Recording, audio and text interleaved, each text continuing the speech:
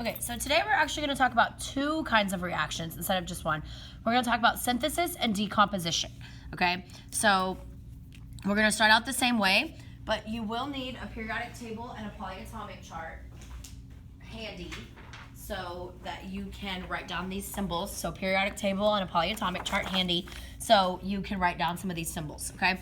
The first thing we need to remember is, just like our single replacement reactions, that diatomic elements are going to be important, okay? So we're gonna write down these 7 elements at the top, okay? And the order you write them in doesn't matter, but this is gonna be H2, O2, N2, F2, Cl2, Br2, and I2. And remember, when these guys are alone, they're going to have the 2 instead of just one of them. Okay, so we're gonna start with the symbols. So the symbol for sodium, in case you forgot, is Na, and the charge is +1. Okay, but this says sodium and, okay? So this doesn't have anything with it, so I don't need the charge for this. And is my plus sign. All right, and then I have chlorine, and chlorine is alone. Okay, but when chlorine is alone, it's going to be written as Cl2. And then it says yield, so that's my arrow. All right, and then sodium chloride. So now, when they're not separated by the word and, they're going to become a compound, and that's when we care about the charges. So sodium, I'm just going to write this up here so I have some space. Sodium is Na. We looked it up just a second ago. The charge is +1. And then chloride is chlorine, and its symbol is Cl, and the charge is -1. So then when I crisscross, it's gonna look like this. Okay, notice, chlorine is just chlorine when it's with something. It's only Cl2 when it's alone, okay? When it's with a metal, it's just regular Cl with a charge and everything. When it's alone is when it's the diatomic, the Cl2, okay? So these 7 elements are only the 2 when they are by themselves. Okay, so let's balance this. My metals, do I have any metals? Let's write our little M-I-N-O-H. Okay, so M stands for metals. I do have a metal. Metals are to the left of the stairs on the periodic table. So Na is a metal. So I have 1 Na and 1 Na. So I'm good there. I don't have any ions, nothing in parentheses. Non-metals, I have chlorine. So here I have 2 on the left and only 1 on the right. So I'm going to put a 2 in front. So that's 2 chlorines, 2 chlorines. I'm going to leave that as a 1. All right, and then now there are 2 NAs because I put that 2 in front. Remember, the 2, the coefficient, multiplies through everything. So there's 2 NAs, so I'm going to put a 2 here. So this would be 2, 1, 2. Okay?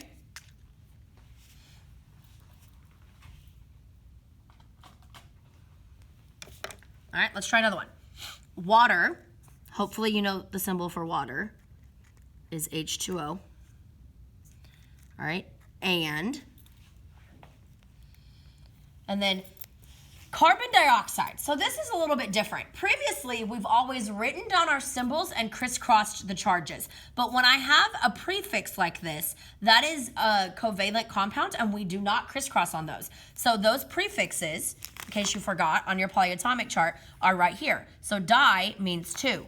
So this is 1 carbon and 2 oxygens, because di means 2, okay? So that's a little bit different. You're gonna start to see some of that now. All right, and then yield is my arrow. And then this says carbonic acid. Well, we're still gonna crisscross with acids, and we know that acids start with H. H has a +1 charge from the periodic table. If you don't believe me, you can see it's in group 1. All right, and then this says carbonic. So because it doesn't say hydro, it's not on the periodic table. If this said hydro, I'd be looking for carbon on the periodic table, but it doesn't. So I'm gonna look for a polyatomic. Ic goes with 8. Okay, so carbonate is right here in the bottom of this first column. It's CO3, and the charge is -2. So now I can crisscross. Okay, so this is gonna be blank, and then H2, parentheses, CO3. Remember, all acids start with H. The ic tells me it was 8. If this said us, we'd be looking for carbonite. okay? The ones that say hydro are just gonna be from the periodic table, okay? But this one didn't say hydro. All right, so now let's balance this. So we don't have any metals this time. There are no metals in this, all right? Ions, we do have an ion, but I don't have the same ion on this side, so that doesn't help me, okay? Non-metals, we have non-metals that aren't O or H are just gonna be carbon, all right? So there's one carbon here on the left and one carbon here on the right. Remember, this 3 only affects the O. If there was a number outside, it would affect it, but there's not. All right, so my carbons are good. Then we're gonna look at our oxygens. Now, this is gonna be tricky, okay? So this is gonna be a little bit different, but we're gonna look at our oxygens now, all right? So right now, on the right, I have 1, 2, 3 oxygens, okay? I have 3 oxygens currently on the right.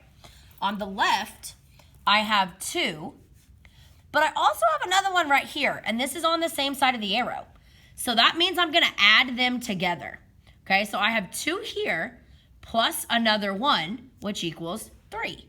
So I have 3 oxygens here, 2 plus 1, and I have 3 oxygens here. So they're balanced, okay? Lastly, we'll look at our H's. 1, 2 H's on the right, 2 H's on the left. So this is a 1, 1, 1 reaction, okay? So what we're gonna write, what identifies a synthesis reaction, it's gonna be simple. Only one compound made on the right.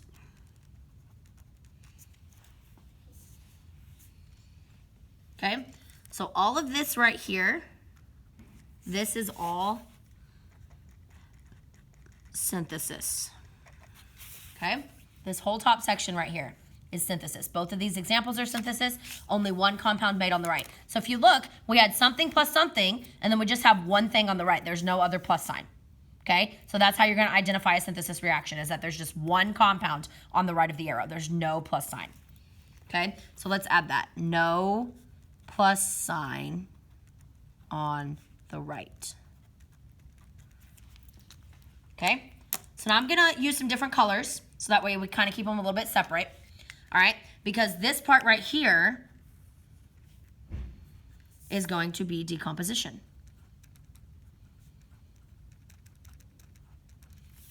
Okay, so the top part here is synthesis, these examples, and these guys are gonna be decomposition, and you're gonna see kind of how they're related. So we're gonna start the same way. Our diatomic elements are exactly the same. H2, O2, N2, F2, Cl2, Br2, and I2. When they're alone, they're written like that instead. Okay, so lithium chloride. So it's not separated by the word and, which means it's gonna be a compound. So let's start with lithium. Lithium symbol is Li, the charge is +1. All right, chloride, ends in ide, it's just chlorine. Cl is a symbol, charge is -1. So it's a 1 and a 1. So this is gonna be LiCl. And then it says yields, so that's my arrow. Okay, and then lithium, we just looked that up, it's Li. And it's a plus sign. Chlorine, but chlorine alone is Cl2. Okay, lithium does not get a 2. Lithium is not one of these 7. Chlorine is, only when it's alone. When it's with something, it's just one of them, and then you crisscross the charges. When it's by itself is when you get the diatomics, okay? So now let's balance this. So metals, just a reminder, MiNOH. Do we have any metals? Yes, we have lithium. 1 lithium on the left, 1 on the right. I don't have any ions, nothing in parentheses this time. Non-metals are gonna be chlorine. I have 1 chlorine on the left and 2 on the right, so I'm gonna put a 2 here in front. So now that's 2 chlorines, 2 chlorines. But now with that coefficient in front, I have 2 lithiums, so I need to put a 2 in front here, and that stays a 1. Okay? Let's look at our next example. Nitric acid. So remember, all acids start with H, so that's H with a +1 charge. This does not say hydro, so that means it's gonna be a polyatomic again. Nitric, ic, goes with 8. Okay, nitrate, it's in this first column. It's NO3. I'll bring it closer so you can see it. The charge is -1.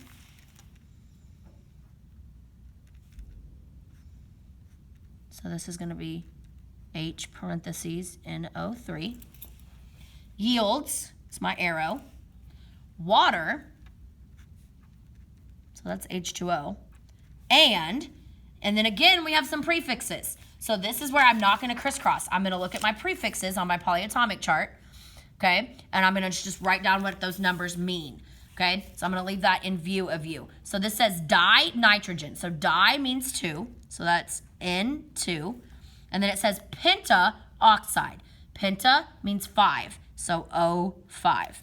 Notice, I did not crisscross when I had prefixes. Just like up here, I had prefixes and there was no crisscrossing, okay? Prefixes mean you don't crisscross. All the others you're gonna crisscross, okay? So now we can balance this. So again, we don't have any metals. There's no metals this time.